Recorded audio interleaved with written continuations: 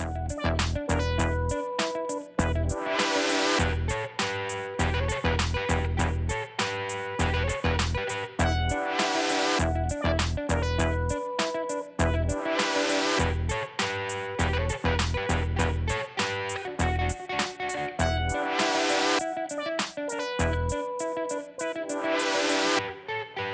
right.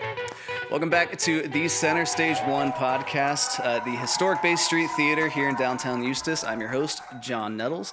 And with us today, we have Kory Shuba. Hey, Kory, how's hello. it going, man? Good, man. Thanks for joining us. Thanks, man. Good to be here. All right. So this podcast, as you guys know, is kind of a sneak peek into the lives of the people here, of the creative people here in Central Florida, kind of their day-to-day life and how they got into what they're doing. So, Kory, Hey. you are a painter. Yes, correct. I want to start a little bit further back, actually. Sure. I know you mentioned you actually were into music first. Yeah. Much earlier in my life, I primarily got into the arts through guitar. I made the mistake of not taking piano lessons. I had the option. It was like, hey, do you want to take piano lessons and learn guitar at the same time? And I was like, nah, just the guitar. Way cooler. But I really regret that decision now later in life, because the piano is the basis for all music. And if I would have had a better understanding of the algorithm back then when I was a kid, I probably would still be making music today. But after playing guitar, I moved into playing bass. And then, in my 20s, I just didn't fall out of love with playing music. Just life gets really busy and other things come up, and you get distracted and you start doing other things. And also, like, the idea or the dream of becoming a professional musician over time, like, starts to fade away a little bit, and you get other interests, and that's kind of where I divulged out of music. I was doing like lots of other stuff at the time. Yeah. So how did you get from music to painting? To painting, yeah. So the painting thing came much later in life, actually. I've always been really close friends with really good artists here locally.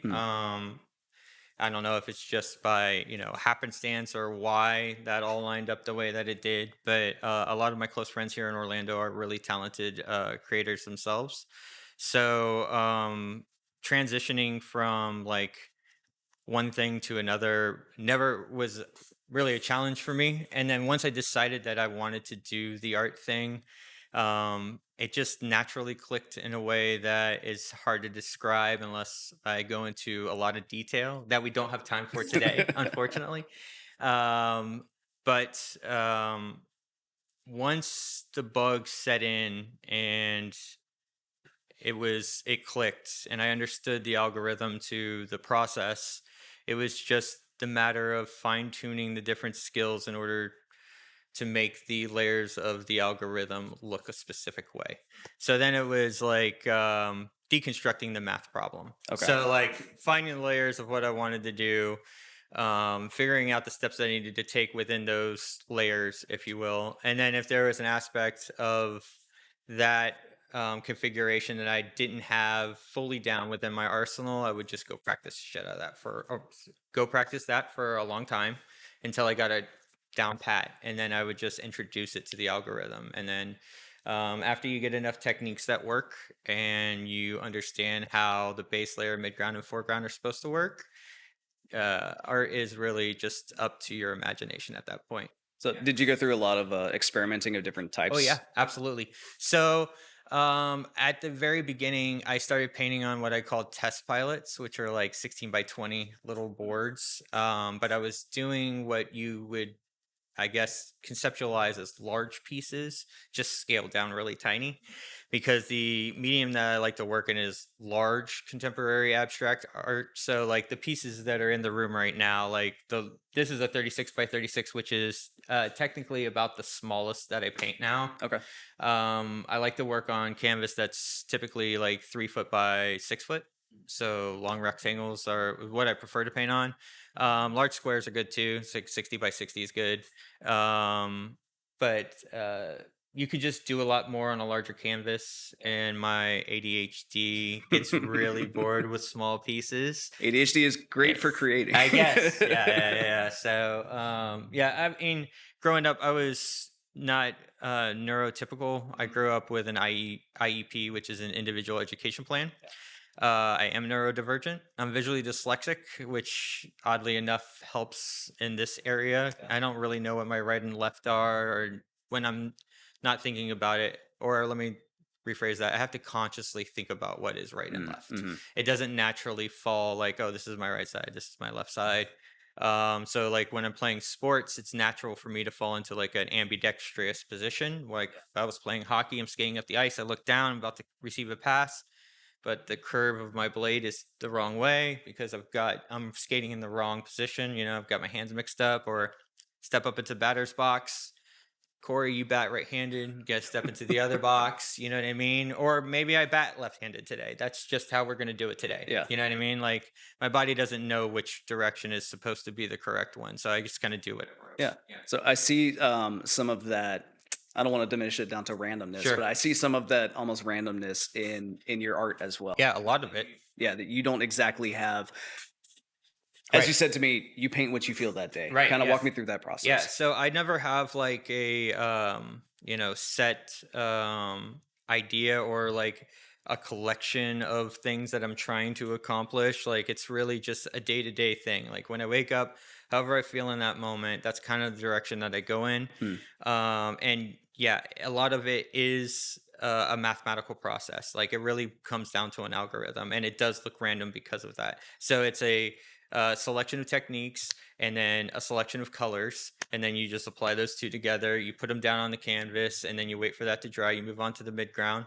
But in that next layer that you put down on the canvas has no limitations. Like you can literally walk up to it and with a bucket of stacked colors and a paint, or a paint bucket with colors stacked in it. You just walk up and throw it.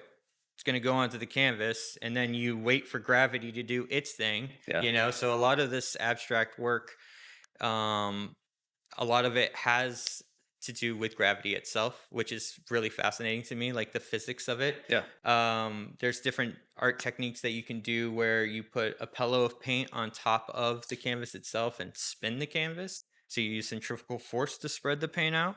And so like there's some of these pieces, you don't touch it very much at all with your hands because you're using a technique to pour it onto the canvas, or spinning in a specific way, or using a pendulum, things of that nature.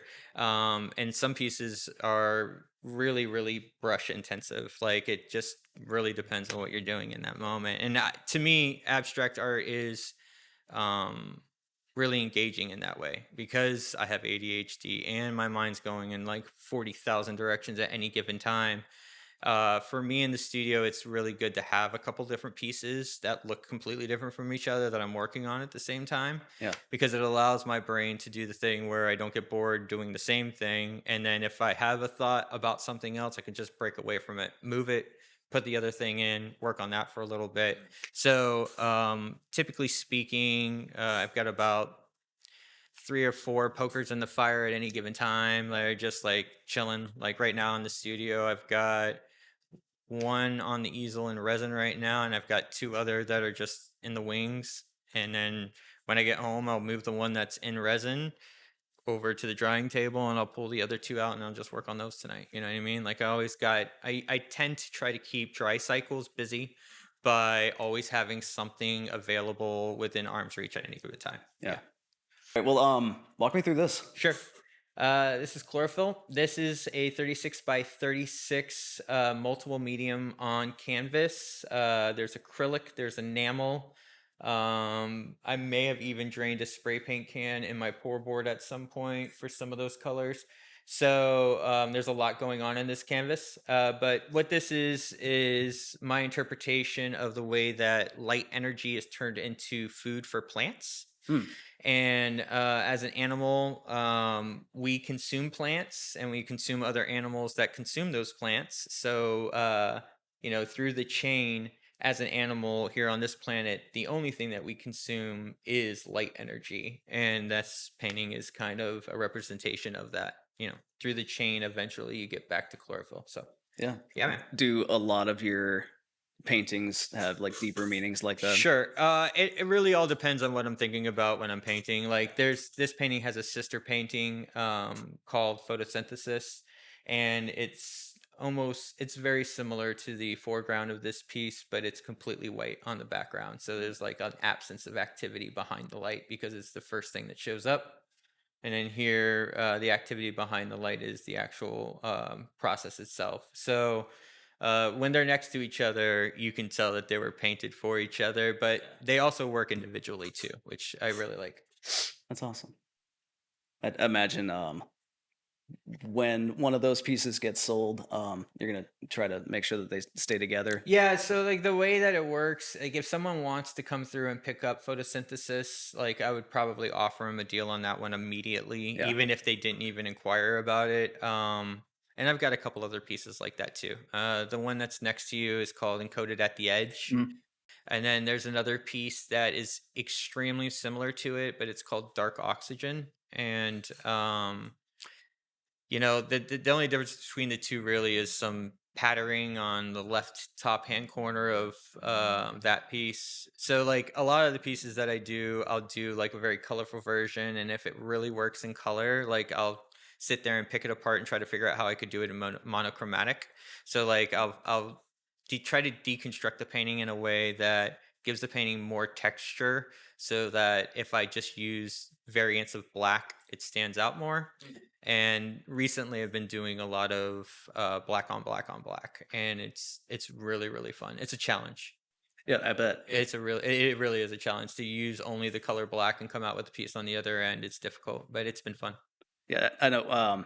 Me personally, I think most people when they think art, they don't think black on black Right, on right, black. right, right, right. Yeah, and the concept isn't even my own. Like literally, I just started doing that because my fiance Megan challenged me randomly one night. Really? Yeah, I just finished a piece, and I came in, and she went out and looked at it, and we were talking about it later that night. And she goes, that piece would be really cool if it was all black. And I was like, is that even possible? Can I do a piece in all black? And she's like, yeah, you can She figure it said, out. "I don't know. Can you?" Yeah, yeah. So that was the genesis of that. And I went out to the garage and I started work on a piece called Scarification. It's a 48 by 36, and that was my first black on black on black, and that one's one of my most popular pieces too.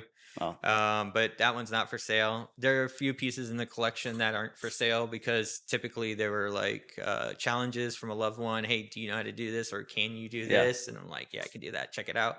yeah. And then I just hang on to it. So like I've got a couple pieces that were prompted by my mom that I wouldn't sell. Scarification's not for sale just because Megan prompted it. So it's hers forever. Yeah. That sort of thing. Yeah.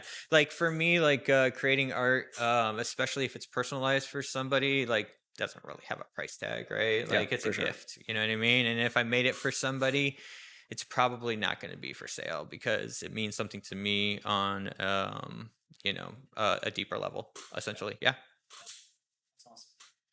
Can you talk about? Have you had any influences, people that you looked up to as artists, whether you Absolutely. knew them in person, you saw their work online? Sure. Yeah. So that's an interesting story too. So I'm kind of outgoing in the sense that I'm not afraid to talk to anybody. Like I'll just walk up and talk to anyone. I don't care who you are or how famous you are. That's never been something that I've been shy of in any way, shape, or form. So when I got into the art game, um, I went and got my profile or the blue check mark. I went out and went through that whole process. And then once you get your blue check mark, you can talk to other blue check marks on Facebook or Instagram or anywhere else where they've been, I'm blanking on the word here. The blue check. Authorized. Yeah. It's not No. authorized. But we're verified. Verified. There I you was go. about to say, Verified someone account. yell at us in the comments, Yeah, please. yeah. Yeah. So yeah, once you have your blue check mark, you can talk to other blue check marks. So like I just reached out to the other artists that I was really interested in, and some of them reached back out, and I'm still like, in communication with those guys to this day, which is mind blowing. It's like being a professional musician and like reaching out to your favorite musicians, and they just get back to you when they get back to you and they answer your questions. It's really, really, really trippy. The first artist I reached out to, and one of the people I still talk to regularly on Instagram, is Ralph Steadman, who was the Rolling Stone artist that did all of the artwork for Hunter S. Thompson. So if you've seen like the cover of Fear and Loathing in Las Vegas or the Rolling Stone about the Hells Angels, that's Ralph Steadman. Ralph's in his later years now, but he still creates, and he's one of the most generous people I've met online. Anytime I have a question about anything or I just want to show him something, like he'll give a comment or he'll give you some feedback. That's He's been a amazing. really cool resource. Other artists that I look up to and really respect, Walter Hubert, who is a abstract artist out of California. Mm. And Walter works in the area of like distressed art. So like it's abstract, but he also makes it look intentionally old or weathered in a way that, for me personally, connects in a way that, like distress. There's a fundamental beauty in distress, and his work, for whatever particular reason, really speaks to me and captivates and influences a lot of my work. Simon Bull out of the UK. I really appreciate his work because he uses unconventional tools inside the studio. Literally anything can become a tool if you're creative enough, you know what I mean?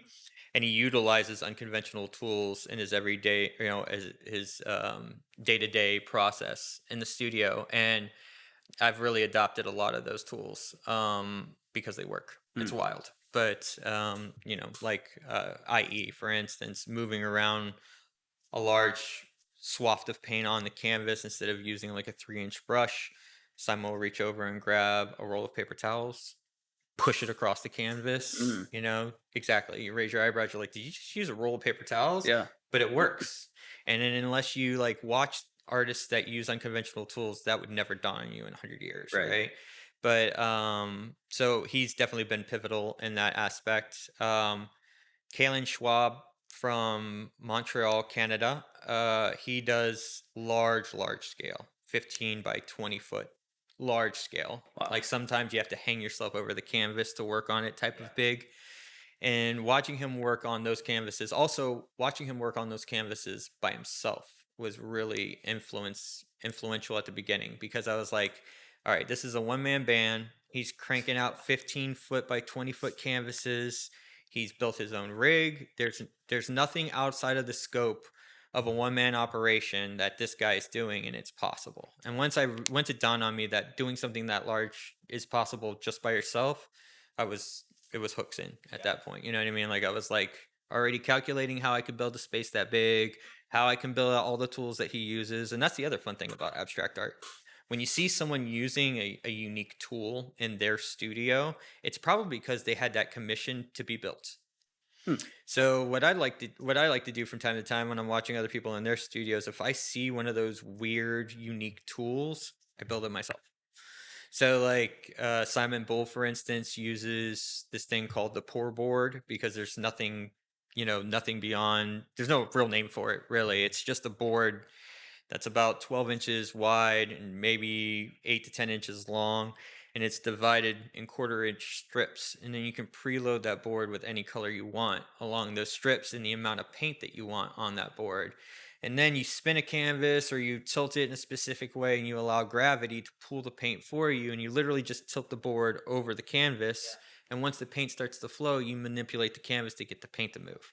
But I built that board on my own because there's nothing out there for it. I mean, I'm sure now there's like someone who's making 3D printed versions of that. Yeah. But years ago, I mean, I made it out of plywood, plastic, and then I epoxy resin the whole thing. Like I made it by hand, but I use it every single day. Yeah. Like it's one of my most pivotal tools. But for me at the beginning, that was another fun part of the Yeah. whole thing, was like building the tools and like building your studio out based on what you were, seeing around you at the time. Yeah. Well, kind of like you said, like with that abstract art, it can kind of be whatever you want it to be. Whatever you want in the moment. Yeah. Like, and the great thing about abstract art too is the ability to pivot, right? Mm. Like you're going in a specific direction. And sometimes I do this thing where I will build out a canvas at the same time as I'm working on another canvas. And the life of the other canvas is just to work on parts that I want to apply to this one first to see if it works. And if it doesn't, then I know that I can't push that any further. Yeah. So like if I reach one of those points on the dead canvas, then I'll pivot and then I'll do something else because I just did it here and it didn't work. and I know it's not going to work, and I know why it didn't work. Yeah. So I don't apply it here. I just pick something else. Yeah. Yeah. That's awesome. There are a couple questions I always want to get to. Sure. I know we're running a little bit shorter on time here.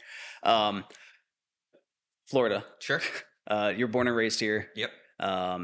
Has any part of you wanted to get out? Yeah. Have you? And I have had a little bit of time outside of the bubble known Yeah, as okay. Florida man. I was born in 1981 in Winter Park and spent the majority of my life in Central Florida up until late 20s, maybe early 30s, somewhere in that ballpark. I lived for a few years in a little town in Maryland called Frederick, Maryland. Mhm. And ironic enough, just recently my sister had done the family DNA thing, Yeah. through ancestry.com, and had found some lineage where direct descendants from my mom's side of the family had lived in that very small town of Frederick, Maryland for like 3 generations. Wow. And they were buried in the cemetery literally like 150 feet from my front door. And I didn't know it. And you randomly Randomly moved there. lived in that tiny Wow. little town for a few years. Yeah, it's so crazy. Yeah, the world's a weird place, man. Yeah. A weird, weird, weird place. Last question here. Sure. If you were to give any piece of advice to an aspiring artist, whether it's wanting to do music like you did when you first started or wanting Yeah. to do art, abstract art, whatever it might be, what would that piece of advice be? The one piece of advice I would give to anyone who's starting the art process is just to take your time. If you talk to me long enough, I will tell you that time doesn't exist. But take your time, because the piece doesn't have to be done right now, and it will look different when it dries. And there's something to be said about that too. Like, you got to work on a piece continuously before it dries, because yada yada yada. But in the abstract game, it doesn't really work that way. Like, Yeah. you can get to a point and just let it dry completely and wait to see what it looks like and move from there. And that's what I suggest that artists that are starting in the abstract game try to apply to their work, because it's really easy to get in the flow state, and next thing you know, you got a canvas full of paint. But the reality of the situation is, if you wouldn't have done the last 4 steps, that piece would have looked amazing. If you just would have sat on it for a hot second and just took a deep breath. And those little moments have saved countless amounts of my own work and time and energy. So take your time. That's the best number one No, I like thing that. I can give to people, is just take your time. Yeah. Two things here. Where can people find you, and what do you got coming up? Awesome. So link in the description below, but it's dubetube.art, and just go to the contact page on my website and fill it out, get a hold of me. I'll get back in touch with you. You can also find me on all the social media platforms except for TikTok, and it's dubetube art as well on those platforms. And yeah, man, I'm available at all times. The website's up. The gallery's on the website if you want to check out the work or pick something up. And if you mention that you heard me on this podcast, just leave a message in that contact thread, and we will work out a discount of some sort. We'll get you a price cut for that. Yeah, we'll do that. Awesome, man. Well, Yeah, you man. got some awesome stuff. Thank you, dude. Thank you for Appreciate dropping it. by. Yeah. Appreciate the chat. John, it was a pleasure. Absolutely. Again, thanks for joining us here on the Center Stage 1 podcast. My name is Jon Nettles. This has I'm been... Shuba, the Dubes. Thanks again, Kory. Thanks, dude. Peace.